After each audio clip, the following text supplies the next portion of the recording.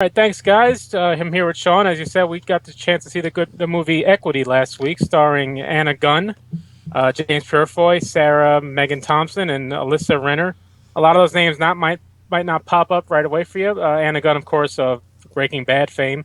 A lot of the other guys, actors you may have seen over the years through TV. It tells the story of Anna Gunn playing Naomi Bishop as a major player in the male-dominated world of Wall Street and how she deals with that issue. The main how women are dealt with in the money-making industry is can they play by the same rules as the men? Can they advance with using the same methods as the men? And it goes through that storyline as it goes on. Sean, I'll kick it over to you to start off with your initial thoughts of the movie.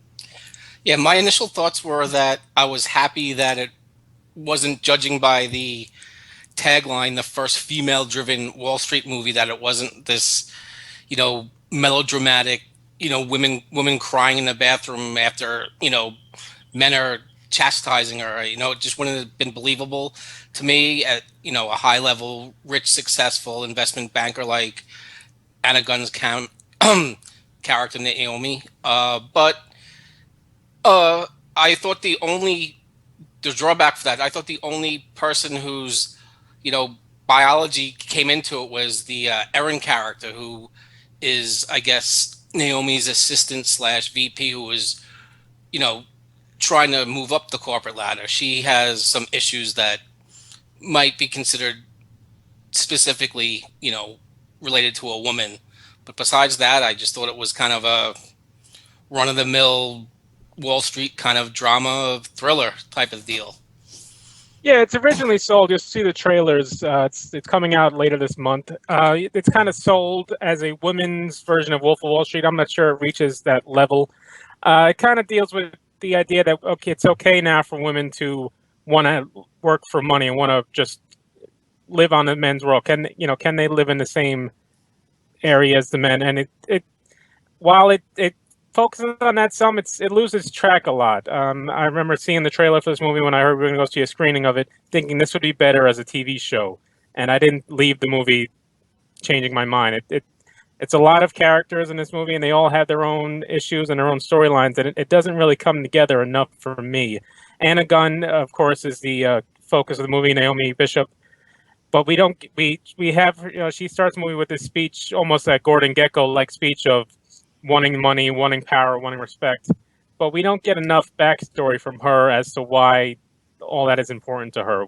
We get, drips and drabs. We've had her, we hear stories about how she's failed in the past and how, her main job is she takes these companies and these big IPOs and she takes them public on this $1 billion level.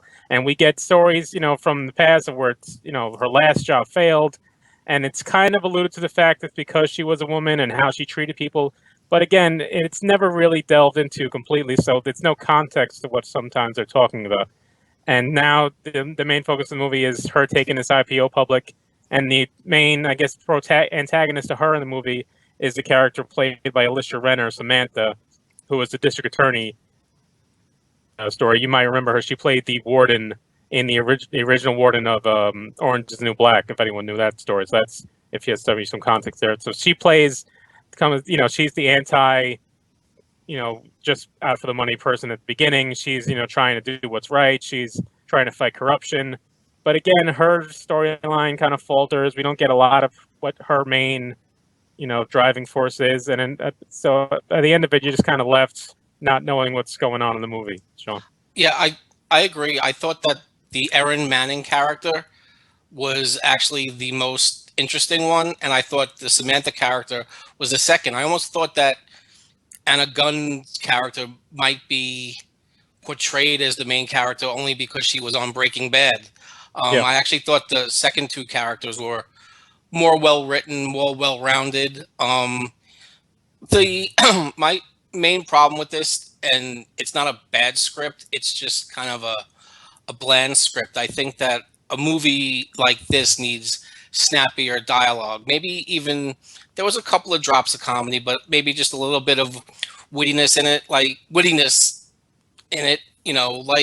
Wall Street was a funny movie. It had its funny parts in it, and let's not compare this director to Oliver Stone yet. It's not her fault. Oliver Stone is Oliver Stone. As crazy as he is, he's a very talented, director. It didn't have that kind of frenetic energy I thought that it could have used. Well, I'll give a shout out to the director. The director's name was Mira Menon. This is only her second film, and this movie actually did get into Sundance, so it should be applauded on that level. But I think in showing a director in just her second film, you kind of lose some of the focus of the there's a lot of characters in the movie that you don't get much out of. There's the main James Purefoy is the I guess the male lead you would call him. He is the romantic interest of Anna Gunn, but you don't get a lot of why they're together. If they've been together for a long time, are they just two powerful people who hook up on occasion? And so he turns into the bad guy, I guess we'd say in the movie, but it's never really treated. You don't really know why he's doing that. And I guess that was my main issue with the movie, is that the male characters in this movie are kind of very stereotypical. He plays a stockbroker who's only in it for the money, who just treats it all as a game. The Ellen character you mentioned, her boyfriend is asleep every time he's on screen while she's running in and out of work, which it just so he plays the lazy boyfriend, I suppose. The head of the next company that they're taking public, creating some kind of social networking app. They never really explain it too well, but he's just your stereotypical Silicon Valley guy with his hoodie and his slippers, sticking it to the man, but he just turns out to be an asshole as well. So I guess on that level, this movie is not really for men. So maybe me and Sean would take that a little too sensitive to that level, but I would have liked to see more developed characters in this movie. Well, I'm not gonna excuse me. I'm not gonna knock her for writing rich stockbrokers as assholes, because a lot of them are. But they were just a little bit bland, and cliche is fine. We see cliche all the time. It was just that the dialogue was just, although there was some good dialogue and it wasn't terrible dialogue, I thought it needed an extra little bit of zip in it to maybe really put this movie over the top.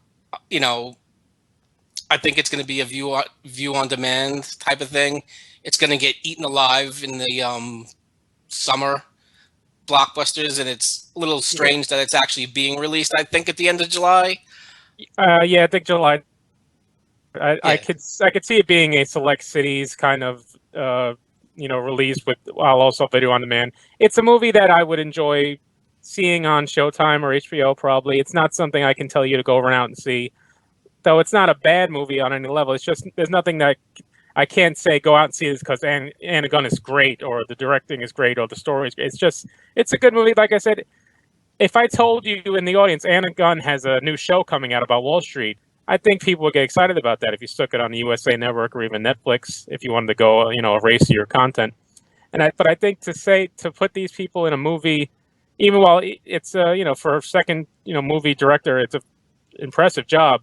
It's just I don't see it getting a mass audience, but I don't think it's shooting for that level. But still, I enjoyed the movie but it's not something I can say, all right, this is Oscar worthy, or this is something you need to go see. But it's something I think you could enjoy on a on demand or Showtime kind of level. Yeah, Anna Gunn's going to sell a movie just about as well as Helen Hunt's going to sell a movie. Yeah. Good actresses, you're not going to see anything for them, and she's fine in the movie. Yeah, but it's just nothing groundbreaking, I would say.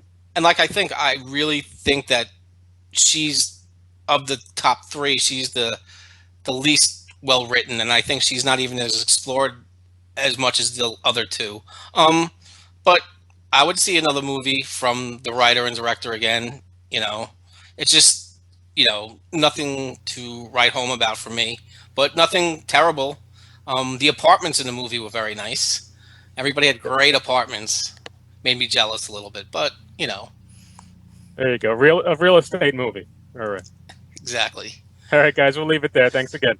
Thank you.